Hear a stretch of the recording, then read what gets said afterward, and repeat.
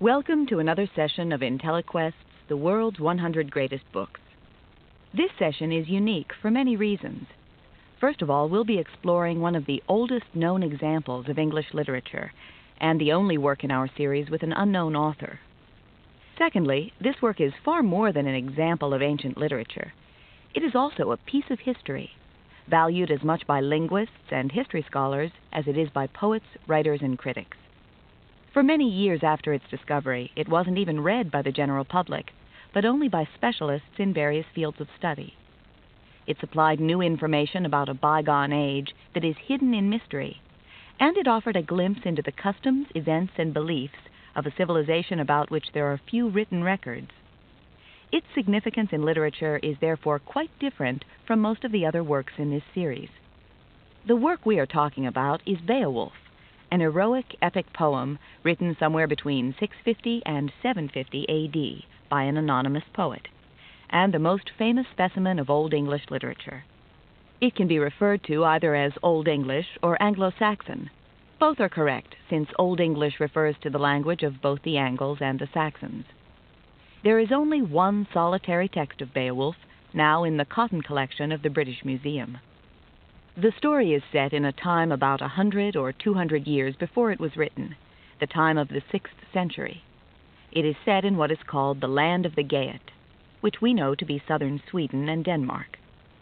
The poem is derived from both historical events and from Norse folklore. It is known for its combination of Christian ideas and themes and pagan ideas and themes. In this mixture of beliefs, it reflects the complexity of Anglo-Saxon culture after the coming of Christianity, which occurred around 597 A.D. Therefore, the conversion to Christianity happened only a century before the poem was written, and Germanic traditions had not yet been completely stamped out. So the poem sometimes seems to blend Christian theology and pagan mythology, and at other times the two seem to conflict. This mingling of two philosophies testifies to the great upheavals that occurred in northern civilizations as the poem was taking form during the early Middle Ages. Although we know nothing about the poet who penned Beowulf, we can make some conclusions about the origin of the poem from historical information we do have. We know that when our Teutonic ancestors migrated to Britain from Europe, they brought with them the heroic songs in which they celebrated the deeds of their kings and warriors. The poets who sang these songs were called scops, which means literally shapers. A scop was a wandering person, like a troubadour or minstrel, and his role was to entertain during celebrations and feasts. He entertained by singing heroic tales about heroes who were both real and legendary. If a man's name lived on in those times, it was largely due to the work of the scop, or poet. The poets combined myth with truth, because myth lasts far longer than historical fact, and during these times, a people could forget their entire history within only a century and a half. The songs of the poets glorified history partly so history would be remembered. Sometime after the introduction of Christianity, perhaps in the 7th century, a poet in England gathered material from these songs and composed the epic Beowulf. He took his stories from the songs, but he also took his style and metrical beat from the songs. To what extent he used their original language, we have no way of knowing. Undoubtedly, he added his own comments and reflections, and the structure of the epic is certainly his. Beowulf was orally passed down from generation to generation by the North European peoples. Although the people before him sang these songs or chanted them, often accompanied by a harp, the poet of this work wrote a book to be read. Therefore, Beowulf became not just a ballad or folk song, but a much more highly developed form of art. One of the styles the poet took from the songs on which the epic is based is a kind of figurative language called the kenning. The kenning is a metaphorical compound in which two words are combined to replace another common word. For example, the sun is called the world candle, or the ocean is called a whale road, or a sword is called a battle flasher. Some of these kennings became clichés, such as the popular use of ring giver for a prince. But when used creatively, the kenning served the same use as the metaphor. It was colorful and poetic, and it helped the poet meet the metric needs of the poem. It was the Scots tradition, carried on in Beowulf, to write in the 4-beat alliterative line. The 2-beat kenning was substituted for words that wouldn't fit in these lines. The kenning is one example of the unique style of these oral ballads that the poet of Beowulf integrated into his written work. The exploits and events of the poem were those of the Germanic peoples before they crossed the North Sea. At least one of the characters can be identified as a real historic personage, and that is Hygelac, a Danish king who died around 520 A.D., and who in the poem was the uncle of the hero of the epic, Beowulf. That enables us to date Beowulf's escapades in the poem as sometime around the 6th century. But in spite of this and perhaps other historic personalities, the events of the poem are legendary, not historic. There are fights with monsters and dragons and superhuman exploits that indicate legend had attached itself to these historic characters, whose lives had already become vague and shadowy. In much the same way Americans have built incredible legends around Davy Crockett, Paul Bunyan, Johnny Appleseed, and other heroes of our past, this epic poem has made superheroes out of real men and fantastical exploits out of normal deeds of bravery and triumph.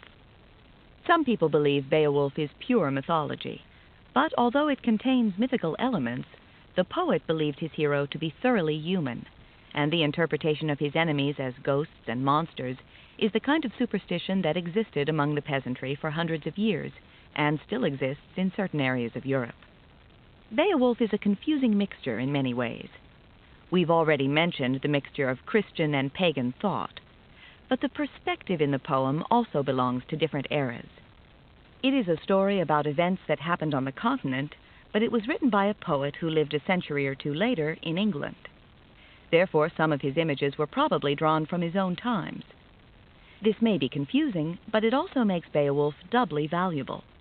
It's the only example of the imaginative work of the Teutonic peoples, but it also throws light on the culture and ideals of the poet's time, the first centuries of the English occupation of Britain. We know a little about the times in which this poet lived, from archaeological discoveries and scattered writings. The Anglo-Saxons, like their Germanic ancestors, probably lived in a tribal state for some time after they arrived in Britain. The tribes had only 2 classes, the aristocracy, or earls, and the plebeians, or churls, which included bondsmen and captives. In addition, there were freemen, who were apparently granted this separate status as a reward for good deeds. The head of the tribe was the king, whose heredity could be traced to Woden, king of the gods. To advise the king, there was a council of elders called the Witan. Interestingly enough, some historians have traced the British Parliament back to the Witan. The importance of the individual in Anglo-Saxon society depended on his social class. Women were perhaps least valued of all. They were expected to be domestic and moral, although, as scholars learned in reading Beowulf, aristocratic women sometimes served as peacemakers or arbiters. Literature of the period, including Beowulf, gives us few glimpses into the daily life of the average person. Old English literature focused instead on battles, struggles, and the deeds of the famous. Beowulf was meant to appeal to the educated class of Anglo-Saxon society. But this society was new and hadn't yet let go of its traditions, which included a warlike spirit, aggressiveness, and the glories of battle. Therefore, the characters in the poem are chiefly warriors and their enemies, giving us only a partial picture of civilization at the time. But it does give us a picture of feudalism, with its clear divisions of class and highly defined social roles and relationships, and it gives us descriptions of many of the customs of the time. Archaeological discoveries indicate that the Anglo-Saxons had developed a sophisticated culture. Exquisitely worked gold objects have been found from the era, and royal burial sites indicate that music and poetry played an important role in court. The presence of Christian objects at such sites also implies that, as we've said, pagan customs were beginning to give way to Christian beliefs. In Beowulf, there are contradictory references to God, to fate, to stories of the Bible, and to Norse mythology. The Germanic idea of destiny, or weird as it's called, becomes confused with the Christian Almighty God. Beowulf also seems confusing and disjointed to some readers because the action-packed narrative is frequently interrupted. The poet digresses into speeches, pronouncements, genealogy, songs, chants, and remembrances of past battles and heroes, and obscure historical references. This has caused some critics to say the work lacks unity. For many readers, these digressions seem repetitious or irrelevant to the story. But these interruptions and digressions played an important role in the days when Beowulf was presented orally. They served as excellent mnemonics or memory joggers that helped the storyteller remember the narrative. The repetition also helped the audience. It helped them remember the story, which is lengthy and difficult to absorb on a first hearing. In addition, these historical sidebars meant more to the audience of the time than they do to us. They enabled listeners to connect the main story with known facts and events, of which we have little or no knowledge.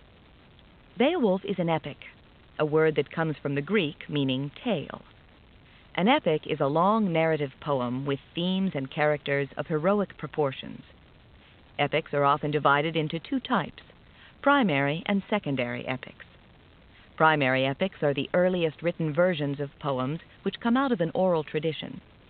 These poems were sung by generations of poets and finally written down by a literate poet or scribe.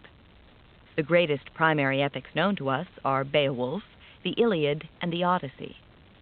Secondary epics are later works that are based on earlier or primary epics and which borrow some of the style and subject matter of the original. An example of this kind of epic is Virgil's Aeneid. Both forms of epics are known for their exalted style, a complex theme which captures important events of the epic, and a hero who represents the culture of the times. Epics also begin in the middle of a story, or in the language of literature, in medias res. Beowulf fulfills all these requirements. The poet concentrates on the exploits of a hero during a section of his life. The hero embodies the ideals of his people and the time in history. The story tells of heroic struggles in a style that is elaborate and captures the spirit of its heroic subject. It's a patriotic epic, designed to exalt the virtues and achievements of its people. There were probably epics before Beowulf. It's a relatively late product of Anglo-Saxon civilization. But any fully developed epics before it were either never recorded or have been lost. Beowulf remains our only native epic. For this reason alone, Beowulf is worth reading, but there are other reasons. As an epic must, Beowulf gives us a good idea of the view of life that humankind had at the time of its writing. The poem reveals to us that the Anglo-Saxons regarded life as a struggle by man against the limitations of time, against great forces of destruction, and against the passing glories of this earth. For this insight alone, it is valuable reading. Yet for many years after its discovery, it was read by very few people. For centuries it was forgotten, and even when it was published and studied in the 19th century, it was considered only a product of an insignificant and barbarous age. Now we know that age was not barbarous, but in many ways sophisticated, and that the thoughts, aspirations, and ideals of its people are as worthy as those of any age. Those thoughts and ideals come vividly to life in Beowulf, as you'll soon see. But before we begin the story, you'll need to meet the major characters, most important of whom is, of course, the hero, Beowulf himself. Beowulf is not an Anglo-Saxon. He's a member of the Geats, a Scandinavian people related to Anglo-Saxons. Beowulf's life is almost divided in two parts in the poem, and so in a sense he is two characters, the younger Beowulf and the older. The youthful Beowulf is a hero who hasn't established a reputation for himself yet. He's very anxious to accomplish good and great deeds, and to behave according to his sense of form, or the ideal standards of a true noble. He's ambitious and glory-seeking, but he's also generous and kind, and never mistreats the weak. The older Beowulf is a man who's become a little weary of the struggles he's outlived. He's more contemplative and subject to melancholy, but still capable of rising to a heroic challenge. He's a good king to his people and an admirable leader who instills confidence and loyalty. Other key characters include Hrothgar, king of the Danes. Beowulf journeys to Hrothgar's court at the beginning of the poem to rescue his people from a horrible man-eating monster. Unferth, a Danish warrior. Unferth is a member of Hrothgar's court and one of the more complex characters in the story. He taunts and incites Beowulf, and originally takes on an adversarial role to the hero. But later he supports Beowulf and even offers his own precious sword for Beowulf's use in slaying the mother of the monster. And finally there is Wiglaf, Beowulf's nephew and loyal court noble. Wiglaf plays a key role towards the end of the story, when Beowulf fights his last battle, this time against a dragon. In some ways he reminds the reader of the younger Beowulf, anxious for adventure and glory, and even a little reckless. But he's brave and stands by Beowulf when all others desert him. As the story begins, it is long ago in the Danish kingdom of Hrothgar, and a gruesome giant monster named Grendel is roaming the countryside at night. Grendel is descended from the first murderer, Cain, and has been angered by the singing of the bards. He rises from his home deep in the marsh, stalks to the king's high hall, and there devours 15 of the king's warriors at a time. Then, before departing, the monster would seize 15 more men with his huge arms and carry them back to his watery den. For 12 years this slaughter continued. The king had lost all his best men, and the strength of the kingdom was gone. The Danes evoked their ancient gods to no avail. The poet tells us they were unaware of the Christian God. They did not know the Creator, the judge of actions. They did not know the Lord God. Then word of the terror spread across the sea to the land of the Geats, ruled by Hygelac. Hygelac had a warrior who was his principal adviser, a man of great strength and courage who was named Beowulf. When Beowulf heard the tales of Grendel's murderous attacks, he set sail at once to free the Danes from this horrible demon. His journey is described this way. Impelled over the waves by wind, the foamy prow like a bird sped onward, till the next day's hour showed ocean shores shining, lofty hills, expansive shorelands. When Beowulf and his men arrived in Denmark, they were met by a coast watcher who kept a lookout for unwelcome invaders. When he saw the weary company of 15 seafarers approaching, he was suspicious. But he could tell by their clothes and bearing that they were noblemen, and he thought of Beowulf that he'd never seen a greater earl on earth. When Beowulf told him of his intended mission, the coast watcher permitted the company to pass. The poem continues. They started out then. The spacious ship remained behind, riding on its rope. Figures of boars, bright and fire-hardened, gleamed gold-adorned above the cheek guards. In war, the boar helped guard those fierce men's lives. The men marched to King Hrothgar's high hall. There the king held a banquet feast in Beowulf's honor. The mead cup was passed around and the boasting began. The Danish warrior Unferth, drunken with wine and jealous of Beowulf's glory, began to taunt and challenge Beowulf. He told the story of a 5-day swimming contest in which Beowulf, the Geat, was said to have been bested and lost. Beowulf denied the truth of this. He said instead that he had not only emerged victorious in the race, but had been forced to kill 9 deadly sea monsters in the course of it. One monster had carried him all the way to the bottom of the sea. Beowulf had swum for 5 days and nights in the icy water before reaching the shore. When all the boasting was done, Beowulf asked Hrothgar for the right of slaying the monster, and Hrothgar granted him that right, promising him many riches and rewards should he succeed. Beowulf said he would not use weapons against the monster, but would battle him with only his own physical prowess. When the feast was over, Hrothgar and his warriors went to bed, leaving Beowulf and his men alone in the hall. The men were fearful and had trouble sleeping, suspecting this was their last night on earth. But Beowulf slept soundly. Then, says the poem, from afar in the murky night, the shadow walker approached. Grendel crashed into the room with an unlovely light, like a hellish flame in his eyes. The heavy iron door burst open at just a touch of his fingers, and he rejoiced when he saw the rich feast of human flesh that waited there before him. He grabbed one sleeping warrior, tore him up furiously, bit through his muscles and sinews, and then drank the blood in streams. Then he quickly swallowed the whole corpse, as a wolf might eat a rabbit. Then Grendel moved towards his next victim, Beowulf, but he was destined for no more victims that night. Beowulf took hold of the beast with his bare, powerful hands, and fearful, the beast struggled to free itself. That struggle shook the entire hall, and the wails of the creature terrified the Danes who waited outside. Beowulf's companions were powerless to help him because the monster had put a spell on them. Finally, Beowulf wrenched off Grendel's right arm, and the maimed beast fled back to its home. Beowulf had vanquished the fiend without even shield or spear. The poet proclaims, "The wise and brave warrior from afar had cleansed Hrothgar's hall, reclaiming it from woe."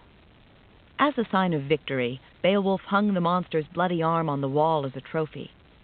The hall was then cleansed, repaired, and decorated for the celebration that would follow. Hrothgar and his men honored Beowulf with another feast, and with magnificent, priceless gifts. The poet says, "The men drank wine, ignorant of fate or how grim calamity had befallen many men." Hrothgar departed for his court, and the warriors slept in the hall as they did before. Grendel's mother appeared that night. Brooding and miserable, she made a sorry journey to avenge her son. She rushed into the great hall and seized Eshere, a famed and heroic warrior who was the king's dearest counselor and friend. Grendel's mother then tore her son's severed arm from the wall and fled into the darkness with the arm and Eshere. Through all this, Beowulf had been asleep in a house some distance from the hall. He did not learn of the she-monster's visit until the next morning, when he innocently asked Hrothgar if he'd had an easy night. When he heard what had transpired the night before, he vowed to free the people of this second, even more wretched demon. Beowulf turned to comfort the king, who grieved over the loss of his dear friend Eshere, with these words, "Grieve not, wise warrior. It is better to avenge one's friend than mourn too much. Each of us must one day reach the end of worldly life. Let him who can live in glory before he dies, that lives on after him when he lifeless lies." With King Hrothgar leading the way, the Danes and Beowulf cautiously approached the marsh lair where Grendel and his mother lived. When they arrived at the edge of the moor, the soldiers came upon the head of the ill-fated Eshere and saw stains of blood in the water. Swimming in that water were fire drakes and sea dragons. Beowulf readied himself to descend into the water, down to the home of the foe. Unferth, who had previously mocked Beowulf about his performance in the swimming contest, now offered him his own blood-hardened sword, the finest in the kingdom, which he said never in battle was untrue to any man. In doing so, he forfeited a chance to win for himself immortal fame and glory, for he would not enter the waters. Beowulf sank himself into the deep, murky waters and was at once surrounded by enormous and vicious creatures. After an immense struggle, he continued on, descending for nearly a day before he reached the bottom. He came to the cave of Grendel's mother and entered. The battle began. Beowulf at first tried to wound the monster with Unferth's sword, but for the first time this weapon failed. He turned instead to his mighty hand grip, said to be strong enough to match the strength of 30 men. He was able to grasp the monster by the shoulder, but she threw him to the ground and tried to stab him with her dagger. Beowulf was protected by his sturdy armor, without which he would have perished. In the hand-to-hand combat that followed, he was almost overcome. Then fate intervened. On the floor of the monster's den, in the midst of other weapons pried from the hands of fallen warriors, Beowulf saw a legendary sword that had once belonged to a race of ancient giants. He stretched with all his might and managed to take hold of the invincible and strong-edged blade. He plunged it into the heart of Grendel's mother, who first rose and then fell in a heap of death.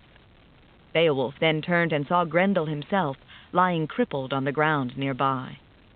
Swiftly he swung the sword again and cut Grendel's loathsome head from his body. The warriors waiting above saw the water turn red and concluded Beowulf had died. The Danes returned sadly to the hall, but Beowulf's men remained, gazing sadly at the sight of their lord's death. Now Beowulf left the cave and began his swim towards the surface. But as he did, the wondrous sword melted, leaving only the head and hilt intact. When they saw Beowulf alive and once again undefeated, the men rejoiced, and the Danes offered him yet another feast. Beowulf gave the sword hilt as a gift to Hrothgar and laid the head of the monster at his feet. Then he returned Unferth's weapon to him without speaking of its uselessness. This, comments the poet, is the mark of a great and generous warrior. Now it was time for Beowulf to return to his homeland of the Geats. He took leave of the grateful King Hrothgar, who was grieved to see him go. The lines read, "The man was so dear to him that he could not restrain the feeling in his breast, but in his heart, held in the bonds of thought, longing after the dear man flamed against blood." Beowulf left Denmark in great glory, and was received in glory at home. When he returned to the court of Hygelac, he was rewarded with riches and high position. He himself laid the treasure he received from the Danes at the feet of his king. And after several years, when Hygelac and his successor had both been killed, Beowulf himself became king of the Geats. Beowulf reigned wisely and bravely for 50 years, and then one day a runaway serf, suffering from the displeasure of his master, stumbled across an ancient treasure and stole away with a golden goblet. He presented it to his master in hopes of winning greater favor. But the treasure from which he'd taken the goblet had been in the guardianship of a mighty dragon. For 3 centuries it had remained intact, and when the dragon found it missing, it rose in fury and began to ravage the villages of Geat with fire. Beowulf was now an old man, and he knew he was tired and had lost some of his strength. He was somewhat melancholy, but when the dragon destroyed his own home, he was roused to action. He became determined to rid his kingdom of this scourge and to win the rest of the dragon's treasure for his people. He ordered that an iron shield be made instead of the customary wooden ones. He sensed this might be his final battle, so he paused to gather strength, to bid farewell to his faithful subjects, and to reflect on his long life of valiant deeds. Then he advanced towards the dragon's cave, guided by the servant who stole the cup and accompanied by 12 companions. He stopped outside the cave, momentarily saddened because he knew his end was near. The poem says, "His mind was sad, wandering and death-dwelling, his doom near at hand, which the old man must salute and seek his soul reward, parting asunder life from body." Then, ready for battle, Beowulf said, "I have undertaken many battles in my youth. I will seek again conflict as a sagacious guardian of my people, and gloriously defeat the atrocious spoiler if he will seek me out from his earth hall." He ordered his warriors to withdraw so that he alone might battle the horrible beast. "It is not your venture to match your might with the fearful foes, to do this heroic deed. By daring shall I gain the gold, or dire battle, ending life, will take your lord away." Then he advanced to meet the dragon. Inside the cave, Beowulf found that his shield was little protection against the dragon's fiery breath. But still he plunged on through the flames and struck the dragon's side with his famed and ancient sword. The sword had no effect against the dragon's tough hide. The foil shattered on the creature's bony plate, and the infuriated dragon only belched forth more intense fire. Once again, Beowulf was forced to resort to his strong grip. As the battle grew more savage, all the king's warriors fled into the woods, except one. Wiglaf, a young kinsman of Beowulf, stood by to defend his ruler. He rallied his lord's spirits by saying, "Dear Beowulf, perform as well as you said in your youth that you would not let your greatness sink while you were alive." Then, unable to restrain himself any longer, Wiglaf hurled himself into the flames, waving his own sword. The dragon, full of wrath, fell upon both warriors and covered them in flames. The flames consumed Wiglaf's wooden shield, and he sought cover under the iron shield of Beowulf. Beowulf's sword finally failed him, snapping in half. Never in any of his battles had iron served him. The dragon rushed and sank its terrible fangs into Beowulf's neck, but Wiglaf, ignoring his hand, which was scorched from the fire, bravely struck the beast on its underside with his sword and his war-knife. Immediately the fire began to lessen. Beowulf, coming to his senses, then gave the dragon the final death blow, ripping its belly open with his dagger.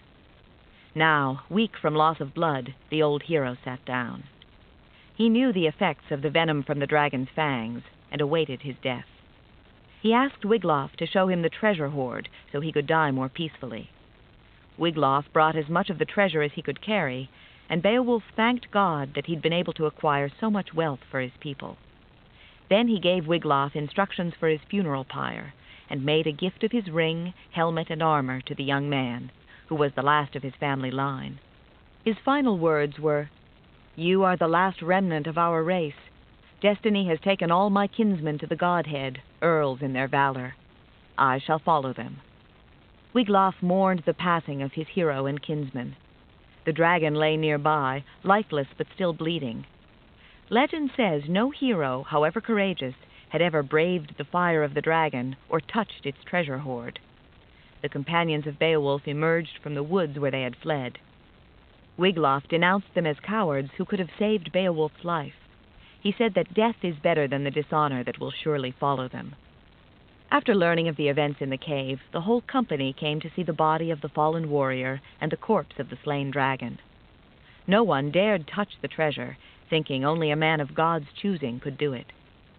The princes who placed the treasure in the cave had pronounced a curse on it that should last until the last day of the world.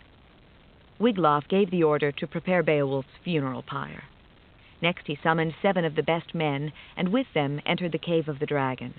They heaved the body of the dragon over a cliff and loaded the treasure onto a wagon. The Geat troops honored their lord with magnificent funeral rites. The body of Beowulf was burned on a pyre according to pagan custom. The roar of the flames mingled with the cries of the mourners until the body of the hero had crumbled into pieces.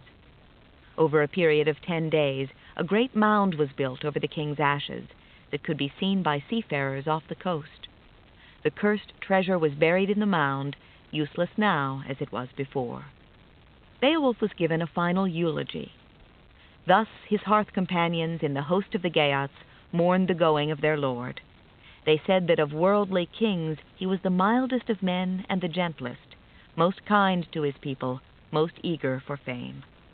With these final words, most eager for fame, or in some interpretations, desirous of renown, we have a summary of the theme of Beowulf and a glimpse into the most important values of the people of its time. This value is called lof, a word difficult to translate with precision, but which roughly means the praise and esteem of one's countrymen. This theme is stated very clearly at the beginning of the poem with the line, "For among all peoples it is only through those actions which merit praise that a man may prosper." Fame, then, is the most permanent of all things in this society. It even transcends death. Throughout the story, Beowulf is described as a man hungry for fame and desirous of renown. This desire came from a sense of the people of that time that life was transient, unstable, and impermanent. Fate, which they called weird, was impersonal, and man was powerless against it. Yet, according to the poet, man could still act. He could use the small amount of free will he's given to make the right choices, because, as the poem states, unless a man is doomed beforehand, fate is likely to be favorable to the courageous. Thus, free will should be used to demonstrate courage, and courage in turn will guarantee fame, the only thing worth having, the only thing that lasts. Courage was part of the Anglo-Saxon ethic, but there was more, too. Beowulf sums up the entire ethic when, as he's dying, he says he can rejoice in his life because he did not swear false oaths, defended what was his, did not pick quarrels, and can never be accused of the worst of all crimes, the murder of his own kin. He accepts his death calmly. It's been decreed by the almighty Weird. Throughout the poem, Beowulf alternately puts his faith in Weird, or fate, and the Lord God. He says at one point that fate goes ever as it must, which corresponds with the theme that man possesses little free will and is at the mercy of higher forces. Close to his death, he also remarks that he has endured his destiny. This is the classic resignation of the Stoic warrior. Within his limits, he has done the best that he can. Yet it is the Lord God triumphant who Beowulf believes has given him victory over Grendel's mother, the she-monster. And the poet tells us that the Danes can't expect relief from Grendel because they have fallen away from the true God. After Beowulf defeats the monsters, both Hrothgar, the Danish king, and Hygelac, the Geat king, give thanks to God. And finally, when dying, it is God whom Beowulf thanks for his heroic victories. These apparent contradictions between an impersonal fate and God were explained earlier. The Anglo-Saxons were recent converts to Christianity and still held to some Germanic traditions that seemed opposite to Christian beliefs. The poet himself seems sometimes overcome with the confusion this created. He has trouble determining whether Grendel the monster is descended from Cain, the first murderer. And although the Old Testament, with Cain and Abel, the flood, and its vengeful, jealous portrayal of God, would have been easy for the Anglo-Saxons to understand, they would have had a much more difficult time with the New Testament and its turn-the-other-cheek morality. So, although there are some New Testament themes in the poem, they are only briefly and indirectly mentioned. Beowulf indicates to historians just how slow and gradual was the infusion of Christian thought into the existing culture. Whether or not Christianity or pagan themes provide the message of the story, the message is at least clear in one sense. The struggle between good and evil is a mighty struggle, and good eventually triumphs. It triumphs through individuals of uncommon valor and integrity who succeed where many before them have failed. To many readers, Grendel's mother symbolizes evil, just as Beowulf symbolizes good. Beowulf descends into her underwater lair, into the forbidden darkness, much as a hero would descend into hell or the netherworld. There are other spiritual themes in the poem, too, for instance, purification. Beowulf referred to this directly when he said he would rid the land of the monster Grendel and thereby purify it. After he completes the deed, the warriors wash down the high hall, removing bloodstains and other traces of the battle, a scene many people see as a symbolic purification of sin. Grendel himself is described in ways that can only remind the reader of Satan, a wicked spoiler of men, the fiend, the criminal, the grim guest, the one with fire-hard hands from whose eye a horrid flame stood. Grendel stalks in from the moor, an area we are told is off-limits to the unbaptized. The dragon, too, in its dark den, breathing fire, seems symbolic of a creature from hell. Beowulf is a difficult work for many people, both the average reader and the trained scholar. The language, the style, the philosophy, and apparent paradoxes of thought, the unclear references, and its place in time, are all subjects of controversy, and until and if further discoveries are made, these controversies may never be resolved.